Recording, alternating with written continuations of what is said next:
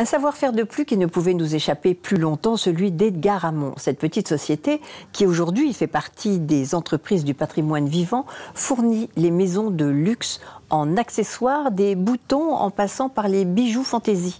Lanvin, Dior, Chanel, Balenciaga ne voit que par lui. Derrière cette façade Gustave Eiffel en plein Paris, il est un savoir-faire qui reste l'allié incontournable des maisons de couture et de prêt-à-porter de luxe. L'atelier Edgar Amont reste le parurier repris en l'an 2000 par Jean Bergeron. Racheter, c'est pas vraiment le mot. Repris. Repris parce que cette entreprise devait être fermée.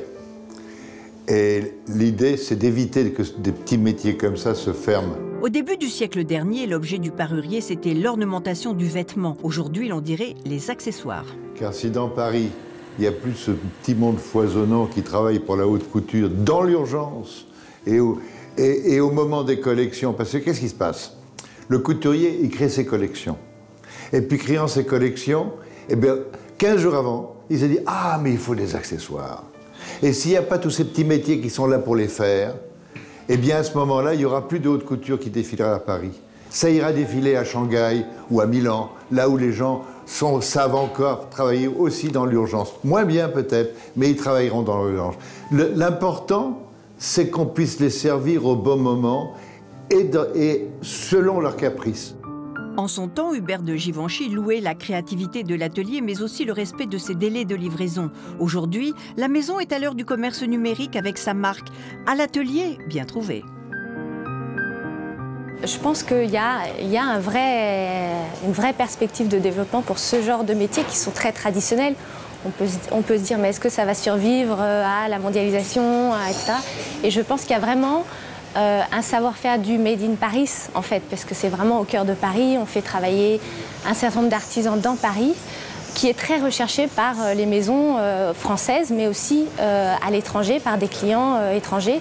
Donc je pense qu'il y a, oui, il y a quelque chose qui doit durer, qui doit rester, parce que c'est le savoir-faire français, c'est voilà, la tradition française, et il faut se battre pour ces métiers. Ah, il faut régler la taille. Ok, bon courage. Mais en fait, cette communauté d'artisans qui s'appelle les Grands Ateliers de France existe depuis plus de 15 ans maintenant. Et elle continue à vivre. Il va y avoir d'autres expositions, alors suivant le caprice des mécènes. Car autrefois, on a eu la chance d'avoir un mécène en chef, si je puis dire, qui s'appelait Louis XIV. Et tous ces métiers, ils existent encore. On a encore l'onde de choc, la réputation, et c'est ça. Et tout ceci me ramène à Edgar Amont, qui est l'un des derniers fabricants, metteurs en scène, fabricants de la mayonnaise nécessaire pour fabriquer tous ces trésors que vous voyez autour de vous. Cet attachement au métier de la main, Jean Bergeron en est l'infatigable porte-étendard. Ancien président du comité Colbert pendant 5 ans, il est aussi président fondateur des Grands Ateliers de France et fédère les artisans de haut niveau. Le styliste vient avec ses dessins. Ensuite, il y a une discussion. C'est vraiment un échange entre lui et nous sur les contraintes techniques, sur le rendu. Donc on peut faire des prototypes à l'atelier très rapidement pour lui montrer, pour qu'il y ait donc un échange sur le rendu. Donc il y a plusieurs phases de validation et ensuite on réalise le bijou pour lui. Voilà. Et c'est selon les maisons. On travaille soit comme ça à partir de dessins, etc. Mais pour certaines autres maisons, on est capable aussi de faire le style. Donc on a des personnes qui sont issues d'écoles de stylisme et qui sont capables de dessiner et concevoir des bijoux de A à Z. Donc c'est un petit peu selon la demande du client, j'ai envie de dire. Voilà. Il faut que toutes les finitions soient impeccables. Il faut qu'il y ait vraiment un sens du détail qui soit parfait. On doit se mettre vraiment à la place des clients qui ont l'habitude du luxe et qui ont l'habitude des belles matières et des finitions très travaillées. Donc, le secret, c'est ça, c'est d'avoir toujours l'œil sur ce qui pourrait ne pas convenir et d'être très, très, très critique. En plus de la résine et du tissu, l'atelier est connu pour être l'un des seuls à travailler le cuir et le métal. Les méticuleux collages de strass et les montages de bijoux complètent cette palette étendue. La transmission du bijou, de certaines pièces qui, dans l'imaginaire collectif, se transmettent parfois dans la famille de mère en fille, etc. ça reste quelque chose de fort, même pour les jeunes générations.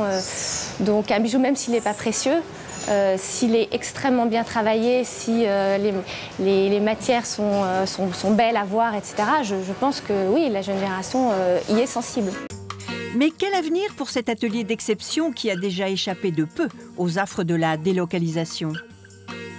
Eh bien, je le vois florissant, parce que il y a un retour, il y a un retour au beau, à l'exigence du beau, et il y a un retour au Made in France. D'ailleurs, Bercy ne s'y est pas trompé, qu'elle a créé les entreprises du patrimoine vivant. Elle aide ces entreprises comme la nôtre à nourrir leur création. Il y a la création, la recherche, l'importation, et il y a aussi ces métiers qui sont l'invention, à notre manière.